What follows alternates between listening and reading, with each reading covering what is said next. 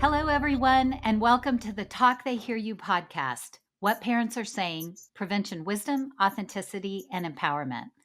This podcast is brought to you by the Substance Abuse and Mental Health Services Administration, also known as SAMHSA. Talk They Hear You is a national prevention campaign that aims to help parents and caregivers talk with their kids about the dangers and risks of underage drinking and other drug use. In this podcast, we hear what's working and what isn't, and what might assist in our efforts to help our kids navigate away from alcohol and other drugs. I'm Debbie Burnt, Director of Parent Movement 2.0, and I'll be your host. As a reminder, the views expressed here are not necessarily those of SAMHSA or the U.S. Department of Health and Human Services. We have three very special guests today that I'll introduce in a moment. But first, I want you to know our theme. It is Now is a great time to talk with your kids. Not only is this Talk They Hear You's primary message, talk early and talk often, but now is the perfect time because the end of October marks the observance of a very special National Recognition Week. It's called Red Ribbon Week. And Red Ribbon Week commemorates an amazing man and his accomplishments that go beyond what so many of us would have been willing to do to enable all of us to live drug-free. When my guests and I were exploring how this episode might work, three of us realized that we had never heard of Red Ribbon Week before we got involved in prevention. In addition, we didn't realize how many amazing community resources are available to support parents, including local coalitions that are focused on underage substance use prevention. We all agreed these would have been so helpful when our children were younger. So let me ask our guests to introduce themselves. We're all parents, but Simone is our official parent who is not employed in prevention. So tell us the ages of your kids, Simone, and tell us a little bit about Lauren, one of your daughters, and her involvement. So I have four kids. One is 32, a daughter. I have a son who is 27. I have a daughter who's 18, and I have a daughter who's 14. And Lauren got involved in Club Live in middle school. She was in leadership, and the Club Live actually, the meeting time fell in her leadership class. And so she somewhat stumbled into becoming involved with Club Live. And that just produced a ripple effect with everything else that she has done. She joined SCCY and did a lot of their PSAs, youth summits, local events. And I was her chauffeur driving her around to everything. And in high school, she realized that Friday Night Live was not at Folsom High School. And so she, as a little freshman, pushed to get that club started. And she just felt really strongly that it was important to spread awareness to her peers about alcohol and drug prevention, marijuana use, and tobacco. And so she got Friday Night Live restarted at Folsom High, and it's still going. She graduated last year, and she is still trying to stay involved, trying to do some things to just keep everything going. She's a huge advocate of not drinking, not smoking, not doing drugs. She's a huge advocate of not using drugs or alcohol. It's Correct. really impressive. So let's ask Joelle Orrock to introduce herself and the SCCY. Tell us what that is. Tell us about Friday Night Live for anyone that may not know that program that's listening to us. And go ahead and tell us the ages of your kids as well. All right. Good morning. I'm Joelle Orrock, and I work at the Sacramento County Office of Education. I manage the Sacramento County Friday Night Live and Club Live programs, which are youth leadership, youth development, prevention programs, and with chapters or clubs on high school and middle school campuses. Club Live is the middle school component. And I also coordinate the Sacramento County Coalition for Youth, or SCCY, we go by. And the focus here for us today is the coalition. That's where we've implemented the Talk They Hear You campaign. Our county implemented the coalition in 2015. Our goal was really to engage the community in prevention efforts. Sacramento is a very large community and a very diverse community, and we don't have a lot of prevention providers that are funded by the county. And so the county was really looking to what can we do to do outreach and involve more folks in prevention efforts and make sure that our goals were not only informed by research, but also directed by the communities that we serve. So the coalition began, like I said, in 2015. We had a year of action planning, and one of our main values is involving young people. We don't want to do work for them without involving them. Youth voice is a really big value for us. They've always said nothing about us without us. And so they've been at the table in the planning and in the creation of all the programs that we've done. We do youth listening circles every year and gather a diverse group of young people from throughout the county and ask them, what are they seeing? What are they experiencing? And what's important to them? And how should we direct our work? And what kind of messages would they hear around prevention? Because that's really important. And the number one thing in that very first listening circle was parents, that we needed to connect with parents and educate parents. And I love that statistic that really talks about that parents' voice matters in the lives of young people, and young people say that. And so we look to the SAMHSA Talk They Hear You campaign to implement, to educate and really help parents build their skills around this and remind them that they need to talk to their young people early and often about substance use. So we kicked off the campaign in April of that year to coincide with Alcohol Awareness Month. Our County Board of Supervisors deemed it Talk They Hear You Day. We did a press event, and we began doing presentations countywide and talking about Talk They Hear You and kind of localizing it a little bit. We created PSAs that had young people and Sacramento County folks, so faces that were familiar or that people could recognize themselves in, talking about the campaign. And then we also implemented a big media campaign with billboards and bus shelter signs, and we showed those PSAs on TV and in movie theaters. And the goal was to inform parents in a presentation mode and then have them see the campaign around town to remind them, that this is important, that, oh yeah, I want to talk to my young people. And then COVID came. And so we thought, wow, people are not out and about and they're not going to see our campaign and be reminded. And so what can we do? What kind of resources can we put in the hands of families to remind them about this important initiative? And so we created family meal kits, and those kits contain a placemat with information, some data points on the risks of youth substance use, and then some of the points that the Talk They Hear You campaign is so good at sharing with parents about why to talk and when to talk and how to talk and how those conversations need to change as young people get older. And then also there's a postcard with information about the campaign, and then there's a little game in that kit that has questions for youth to ask adults and questions for adults to ask young people. And so we were able to get those kits out in the hands of families. Over 3,000 families last year received one of those family meal kits. So we're excited to continue to share that information with families and remind parents how important it is to have those conversations. So that is amazing. And when I hear you talk about all this, it really helps me understand what coalition life is about, and to know that there are coalitions like yours across the country. Lots of times county originated is just a really comforting thing as a parent to know there are materials and there are people that are actually focused on helping us help our kids navigate away from drugs and alcohol. That should be a community goal, and that there are real organizations focused on it. It's just fantastic. Now, did you tell us you have kids too? I do, and that is my most important role. So I should have shared that first. I have two boys, 24 and 18, and yeah. That's awesome. So let me then ask Jamila Robinson, who is from the DEA, to talk to us a little bit about this amazing division inside the DEA that she's a part of. And then we'll talk a little bit more about Red Ribbon Week in a minute. And Jamila, I think you're a parent as well. So tell us the ages of your kids. My kids are 8, 16, 21, and 22. And I'm a new grandma also. He's almost 1. So we're all in this one big happy family here. Times are interesting.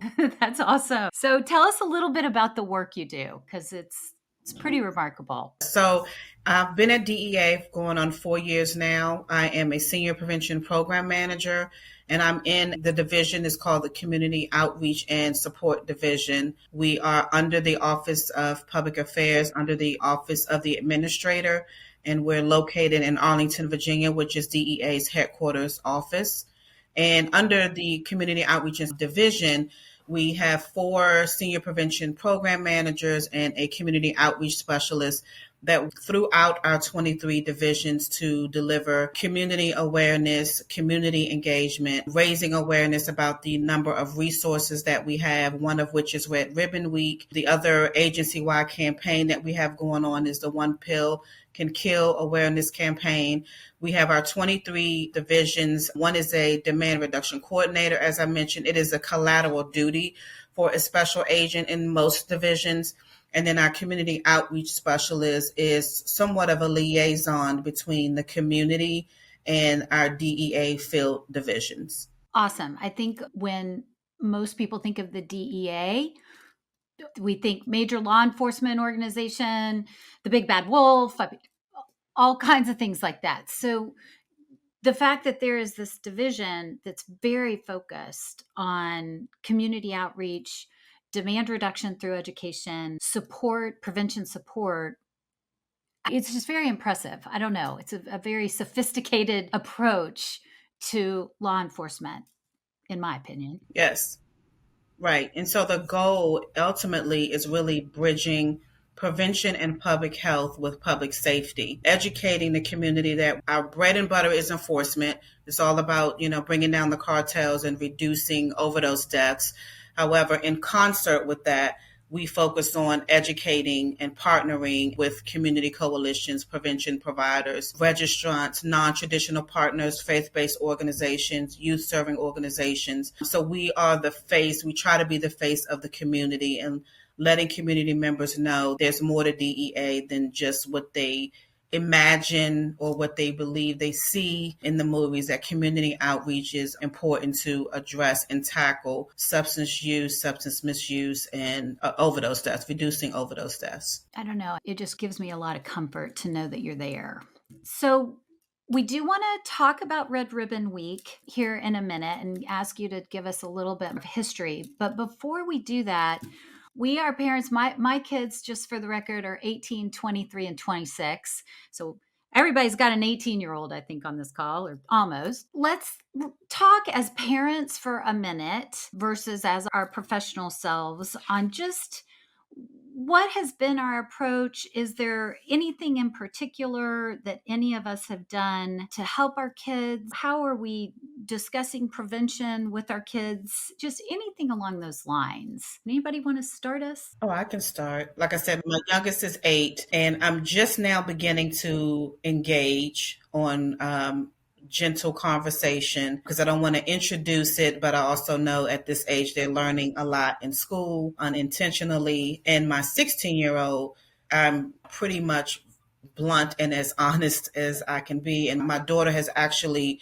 experienced losing 2 of her friends to a fentanyl overdose death. And so that's actually what led us into engaging more and talking more about it, because she wasn't aware of what it was, had not heard of it before. And, the kids get to talking and thinking it's one thing and having to talk through this and say, well, no, they just didn't pass away from marijuana only. It was probably laced with something else. Let's learn a little bit more about that situation. And so I just used that opportunity to educate and teach and use it as an example. After that conversation, she thought about, starting, similar to Simone's daughter, a club at her school, because they talk about the coaches. There's the PTA night, there's the athletic night where we're talking about concussions and being safe with athletes, because she's also a cheerleader.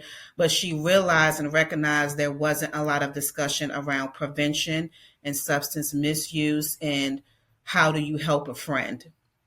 And so we have those conversations, and I just try to be here as a resource, and I'm learning to listen and not react and share information and not really correct her, but just say, well, do you think that's accurate? Where could we go to verify that what your friend is telling you is what's actually true and happening? If I had given you a script of resisting that incredible parent urge to start directing or preaching or telling them what they should think, it's universal. We all have to embrace that as parents. You work in a world where this is the subject matter, and the fact that we all do to some degree, and have to translate that though to our kids. They just don't just get it, and they need to have those conversations. So, Joelle, I see you shaking your head as Yeah. well.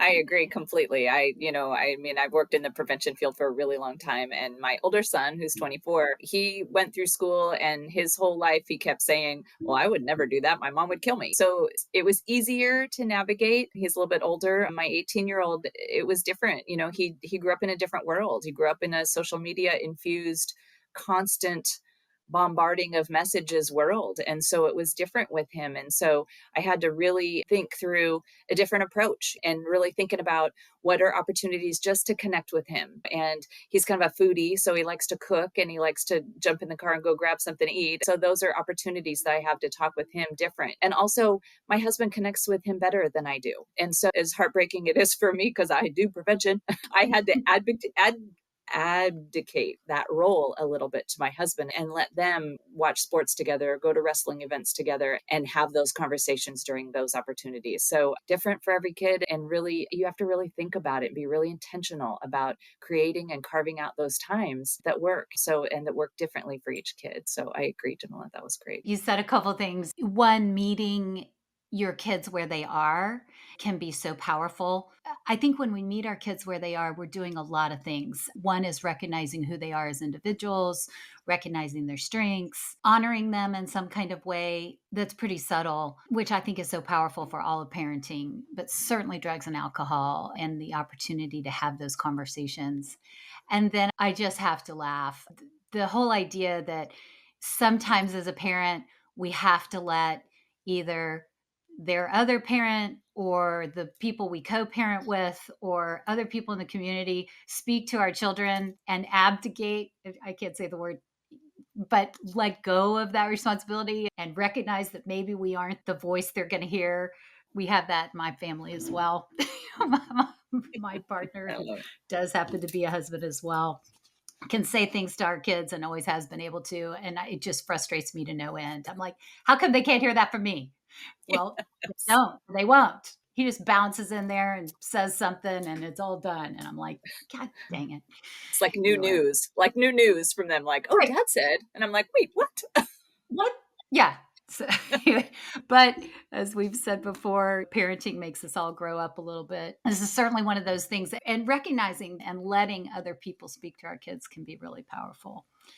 Um, Miss Simone, what do you think? So, with Lauren being so involved with all the different programs and everything that she's been involved with since seventh grade, marijuana, alcohol, tobacco, drug use, it has always been a topic in our family.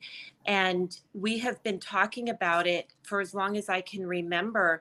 And I know we didn't touch on this last time, but I sent a picture to Joelle, my 3-year-old little granddaughter. I had the meal kit sitting on our bar area, and it was the placemat with the little cards, and she's super inquisitive, super smart, and she starts unrolling the placemat and asking about it and saying, what is this? And she's 3 years old. And so you go to the point where what can a 3-year-old absorb? And I just kind of briefly touched on it, but I did send Joelle a picture because I went, look, it's never too young to start. And we took the little questions and I kind of tweaked them a little bit and talked to her about certain things, like what's something that you love to do and what makes you happy. And it's just gotten to the point that we talk about it with our whole family, and it's kind of gone into cousins, nieces, nephews, other family members, friends, because of Lauren's involvement so much. It's always been on the forefront of anything because Lauren is just so involved in it and has been for so long. So it's just something that we've never not talked about. So I think Lauren's kind of this little gift inside your Mhm. family that is Mhm. keeping the drug and alcohol conversation alive and current. I am curious, were you talking to the 3-year-old about drugs and alcohol, or were you kind of talking more about resilience and happiness and that kind of thing? Yes, I was more like what keeps our bodies healthy and eating well and what we do to stay healthy because she can only comprehend so Yeah. much. You don't want to go over their head with topics and things like that. It's kind of age appropriate and fulfills their curiosity. But it was just sitting here, and it didn't even dawn on me because I think we had just had our meeting a couple weeks ago, and then she was here the next day, and I just had it sitting here, and there was the little cup and everything. And of course, she wanted to put some juice in it. And then we just kind of started talking, but it wasn't so much drugs and alcohol because she can't comprehend that right now. She's just so Right. young. But it was just about keeping our bodies healthy and taking care of ourselves and just asking little questions. But she loved looking at it. I mean, it was just so cute. I went, Joelle, look, this is so cute. Look at that. So, It I love how you just described it because that talking in an age appropriate way for me as a parent was always a little daunting. Like I wasn't really sure what that totally meant. But this idea of laying a foundation for healthy choices, healthy living, taking care of ourselves mhm. physically and then mentally and emotionally as they get older, it does make a lot of sense. It sounds important. Yeah. And that was just, we have our kids range from 14 to 32. And Right. I have just It sounds found like you have a grandchild as well. and So, one on the way, so we're super busy, and I've just gotten to the point where when something comes up or something's bothering me or I'm thinking about it or I notice something a little bit different with one of my kids, even my older kids, we bring it up and I'll make a quick phone call, or with our 14-year-old at school I send a quick text, hey, how you doing, what's going on, or is everything okay today? I've been really dialed in and aware of friend groups. I feel like we're seasoned parents. We're not these young parents. And I never have blinders on with any of my kids. So, Lauren, when she started to get involved with everything, it really hit home to her because her brother had substance abuse issues and she lived through it. She saw it. She did not want to be a part of it. And she wanted to try to help other families so that they did not have to experience the heartache and the struggles that he went through and as a family that we went through. And I think that's one of the reasons she's so passionate about educating people about it and us. I talk to our youngest, I talk to her friends in the car. Like sometimes something will get brought up and I kind of like hone in on that and start like getting a little more into the conversation. And I'm just super, super open with my kids. You have to be. yeah. Right. Well, I think that's so many families do have substance issues inside them. And I think we're becoming a little bit more open to those conversations as a society. But all families kind of recognize at different rates and then respond in different rates. That I have to ask, is your son doing okay? And Yes, he's the one with the little girl and the uh, boy on the one on the way. way. He's doing very well, but That's great. it it was a long haul Yeah. and it took him almost dying. I mean, literally, he drove into a light pole and Yeah. 2 inches from his head was a red light that should have crushed his skull and it didn't. And that was his wake up call that he needed to turn his life around and he did. And That's so thankfully good. he's doing super well and married with almost a second Well, child yes. and doing well. But it was very, very difficult and it hits a core with me because I'm super passionate about it because we lived through that. And every kid is different. You know, we're a super religious family. We go to church, we don't drink, we don't smoke, we don't do drugs. I mean, as a family, but every child is an individual and they all make their own choices and they have their own path. And sometimes they go off that path. And our job as parents is to get them back steered into the right direction as much as we can and help them, because They're it's your just, kids. yeah, you love them. Yeah. And Don't want to see it. yeah, That your daughter took this incredible stance is such a testament. And I hope I get to meet her someday because she sounds quite remarkable. Does anyone have anything else to say about use inside families that is problematic or that is impacting other family members and anything? I mean, it's just hard. I don't even know how much wisdom there is out there, but any comments or responses to it? I think what Simone said about you just never know, it's so prevalent right now and it can affect any family. And it's not something that is specific to a community or specific to any kind of family, but it's just so prevalent right now. And one of the things that we keep talking about is, we used to say education is not, it's not the only and best strategy for prevention, but right now with the way that the world is changing and with the dangers around fentanyl and with the vaping crisis that's going on and all the different things that young people are vaping and the mindset that it's safe, parents need to be educated on that because their voice matters to their kids and their kids listen to them. Even with the eye roll and the shake of the head and the whatever and all that, they're hearing what parents are saying. And I think it's just so important to get the word out to parents so that they can be equipped to have those conversations and just be reminded how important it is. So that was really well said. And let me bounce now to Red Ribbon Week. And Jamila, tell us what this week is and how it happened. We said earlier we celebrate it at the end of October. What are we celebrating and why? So, Red Ribbon Week actually got started, and its history is based on one of our former DEA agents, Enrique Kiki Camarena.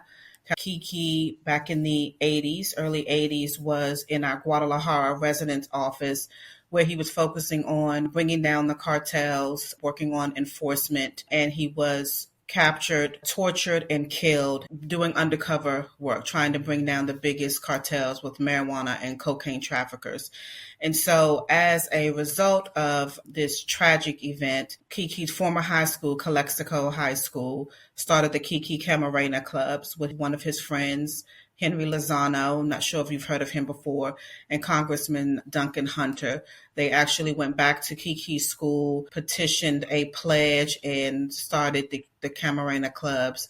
And one of our current partners, the National Family Partnership, formalized the Red Ribbon Week in the early 80s as well. And so at the end of October, October 23rd through the 31st, over 80 million youth, students, peers celebrate Red Ribbon Week in recognition, celebration, and honor of our fallen DEA agent. We celebrate through a number of different community strategy, community awareness, utilizing social media, engaging with schools, engaging with faith-based organizations. We want to raise awareness with our peers on what they can do to celebrate Red Ribbon Week, what that looks like. It may be signing a pledge with your local school, and maybe hosting a community event. Some schools in the past have celebrated this as Spirit Week, but it is Red Ribbon Week is about living healthy, living a drug-free life, and just getting community engaged on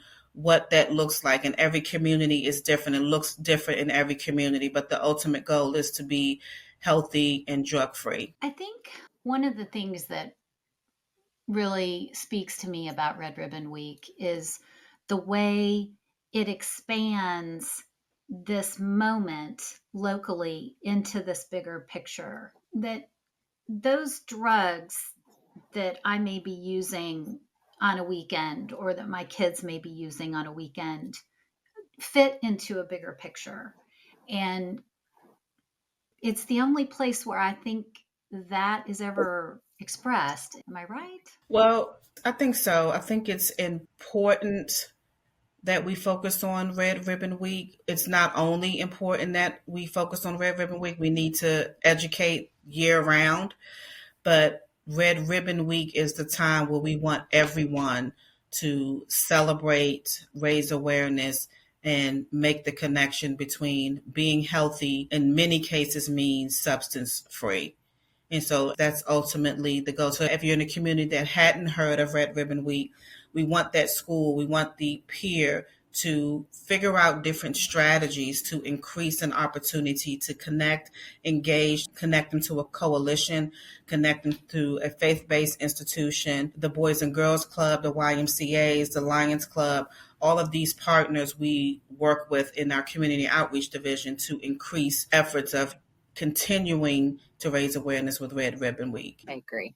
It's such a great opportunity. I just want to say the school districts are really into it, and it's something that they're excited about. And for a long time, I got frustrated because they would do something for Red Ribbon Week and then nothing else. And so I love what you were saying, Jamila. It's just such a great opportunity. It's like an entree point, that where here's some prevention information, and then what else can we do throughout the year? And since kids are getting information and bringing it home, hopefully, again, another way to connect parents to the prevention efforts. It's great.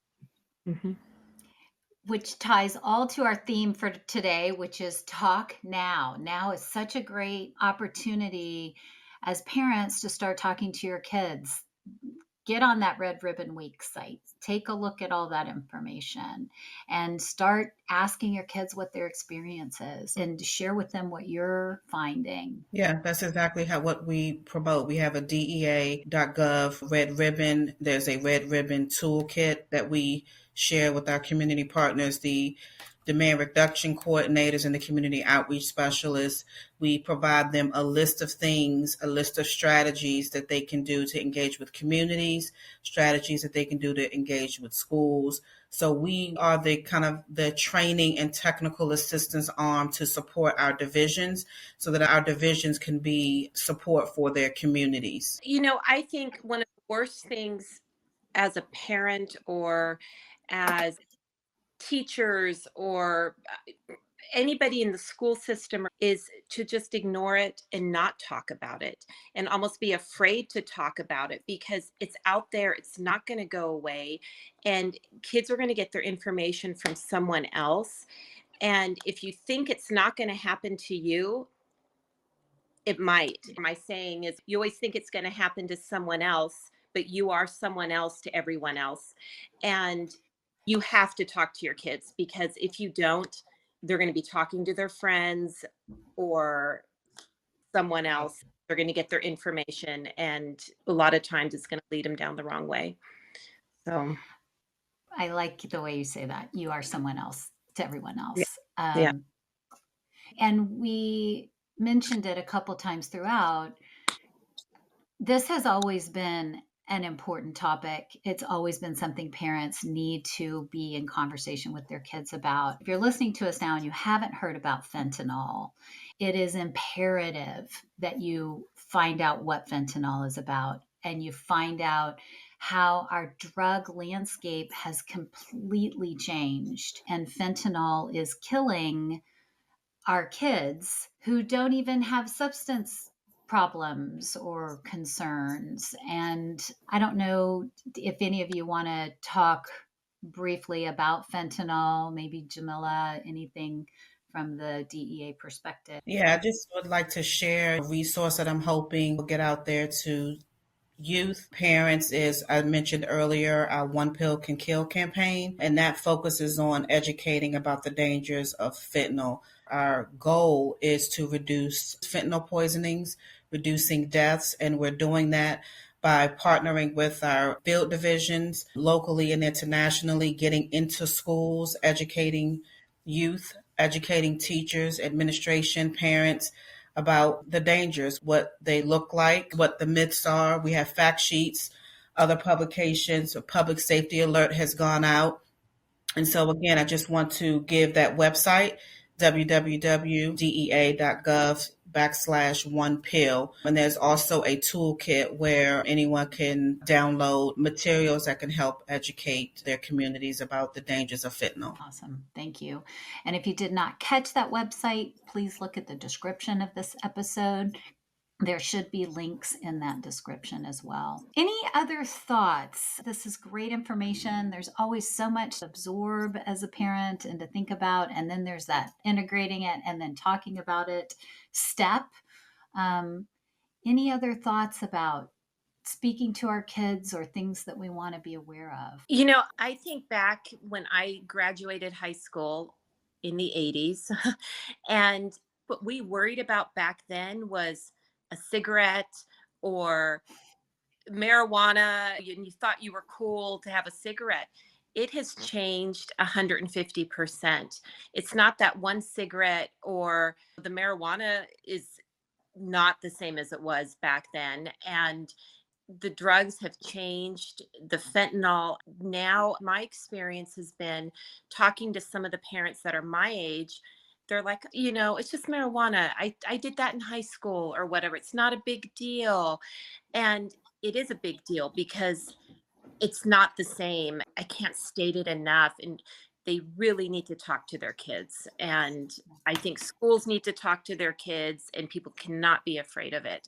I agree. And, yeah, we've been doing some great things in Sacramento County with the District Attorney's Office and Department of Health Services and the Sacramento County Opioid Coalition. They put on an opioid summit yesterday, and hundreds of teachers and educators participated to learn and hear and to spread the word. And I think that's really important. And I just also like to say, never underestimate the value of a single conversation with another adult about talking to your kids. I talked to a friend once, and she told me a couple days later, oh my gosh, my daughter was getting on a bus as a freshman to go to a football game as a cheerleader, and I never even thought about it until you said something. And then I had a conversation with her, and I'm so glad I did, because it's just those opportunities, that come along that you think, oh, wow, I should maybe have a conversation with my kids. So I just think just remembering and being very intentional is just huge. Yeah. And also the influence that your kids can have, like with Lauren, for instance, being just who she is and her strong values and how passionate she feels about where her stance is on everything. And she was at an activity at her school and she felt super uncomfortable. There was a lot of things going on that was not her thing. She felt really uncomfortable and walked away from it. And there was thousands of kids there. And she walked away. And as she was walking away, another girl said, "Oh, are you leaving?" And Lauren said, "Yes, I'm leaving. This just isn't my thing. I just don't feel comfortable." And she said, "Can I go with you?" She didn't want to leave by herself, but then when she saw Lauren leaving, and then after that, Lauren's roommate left also and said, "Oh, I'm glad you left because I didn't want to be the only one." So a lot of times, in your heart and in your gut what's right and wrong, and you need to follow that intuition. So, one thing I've noticed, I'm big on Facebook. I don't go on Instagram, but I'm on Facebook. And you look at the Facebook posts, and the majority of families and people, everything is always perfect. They look perfect. Their family is perfect. Everything is perfect. But you know what? No one is perfect. Everybody has something. And you'd be so surprised because no one shares the bad stuff usually. I mean, some do, but for the most part, no one is perfect thing. And what I've started to do with my youngest kid, just with her age still being in high school and, being a minor, is I trust but verify. So I trust her, but sometimes I verify the information and just want to make sure that, oh yeah, this is right. I think it's super important because you just can't wear blinders anymore. And there's so many things out there. Like we've told our youngest, if somebody hands you something like to eat or a candy, don't take it, even if you know them, because you don't know where they got it. And just be really careful. Just be, parent. It doesn't end when they're 18 either. It's Right. nonstop. It's always, the dynamics change. You're so right. And they call it adulterated foods. So the number of especially THC based compounds that are being added to foods and to drinks that are highly, highly intoxicating, that didn't exist when we were in high school. And that is so common today.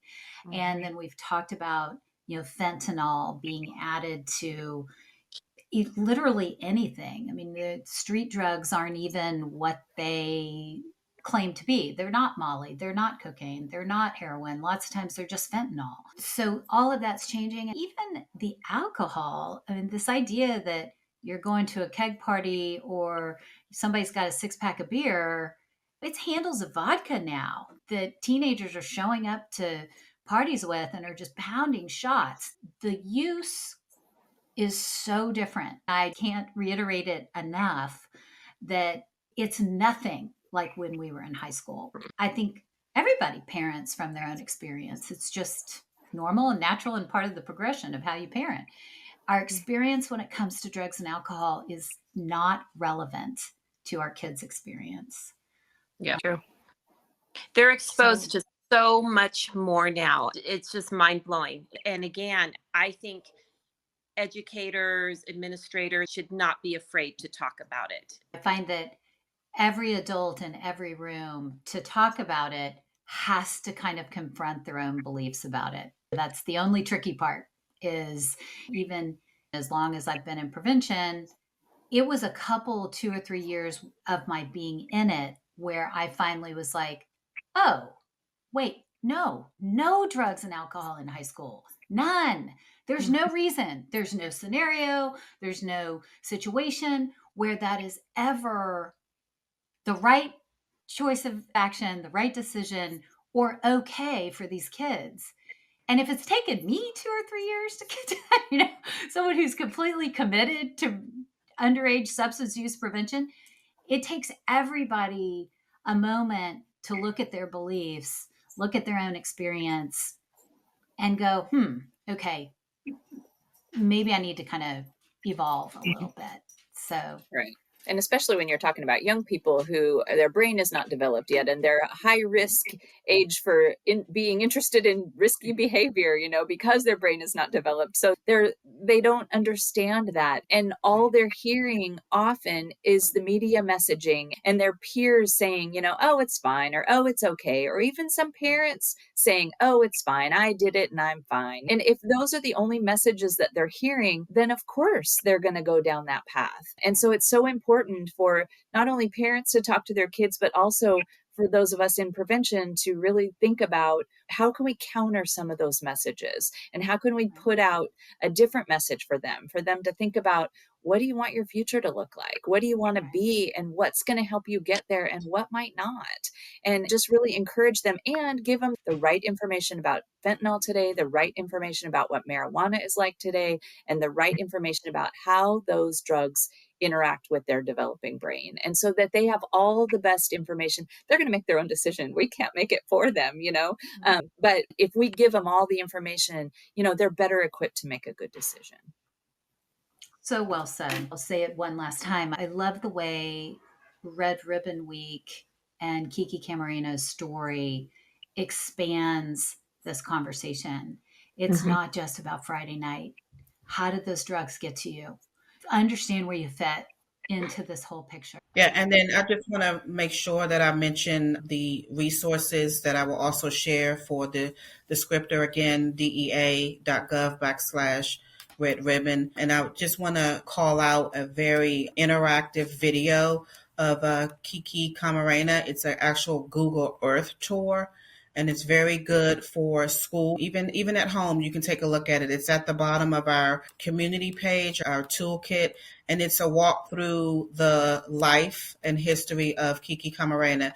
It's called The Interactive Tribute by Google Earth. And I will also share additional resources about community outreach, which is our Growing Up Drug-Free pamphlet, our Drugs of Abuse pamphlet. And as I mentioned, we have a host of other fact sheets that we want to make sure that we spread throughout community. When I was younger and my kids were young, I was very naive because I just never thought my kids would do it. I just never did. And then when I found out that our son was in high school smoking pot, I was completely blindsided because I thought never in a million years would he ever do that. I just raised him right, and that would never happen. I know some people don't think that, some do, but I think marijuana and vaping and the alcohol, it's like a gateway into heavier things because pretty soon they want more and more. And I just think you need to nip it right in the beginning and take care of it. Every expert we've ever had on the podcast has said react quickly. Don't wait. First use, react. Don't just pass it off as it's just kids being kids or it'll resolve itself. Yeah. And I think that ties to a lot of what we said, which is parents really do have influence. We don't realize how much influence we actually have. And also the biology of the use. Use does beget use for a lot of different reasons. We can have another podcast about that. And if use is begetting use, use is the gateway to the next thing. Everyone has said it really well that parents really do have to understand the drug landscape, the alcohol landscape, and find a way to start being in conversation and staying in conversation with your kids. Yeah. And not to be afraid to talk about it. It's your obligation as a parent. I mean, that's part of being a parent. It's not all the fun stuff, it's the tough stuff, it's the nitty gritty that you need to bring up with your kids. And it's not always fun, but I think you have an obligation to your kids to do it. You have to. I really appreciate the imperative of your message from experience and being on the other side of going through. It's really appreciated, Simone. And Thank I you. know our listeners are going to hear it. Thank you for sharing. Thanks. Thank you. Anything else before we go? I want to thank you guys for the opportunity and being involved and shouting out Red Ribbon and celebrating Red Ribbon Week. Thank you so much, Jamila. It was really great for us to hear from you directly and to get some perspective on Red Ribbon Week and know where to go to further understand. It's really an important part of our history. Thank you all so much for joining us today. We want to remind our listeners that all Talk They Hear You materials, including this podcast, can be found on the Talk They Hear You website, which is Talk They Hear You, all spelled out, no spaces, .samhsa.gov. SAMHSA is SAMHSA.gov. Please share this site and this podcast with your friends. The more we can be in conversation with each other, the better for everyone, especially our kids. And lastly, we would like to hear from you. Would you like to be on our show? Do you have stories to share or tips or techniques that have worked or not worked as a parent? Do you have questions for us or any feedback for topics or improvements of any kind? We know that your input will help us design the most useful interviews possible. For any of this, please contact us at whatparentsaresaying@gmail.com. All spelled out, whatparentsaresaying@gmail.com. Thank you all for joining us, and we'll see you next time.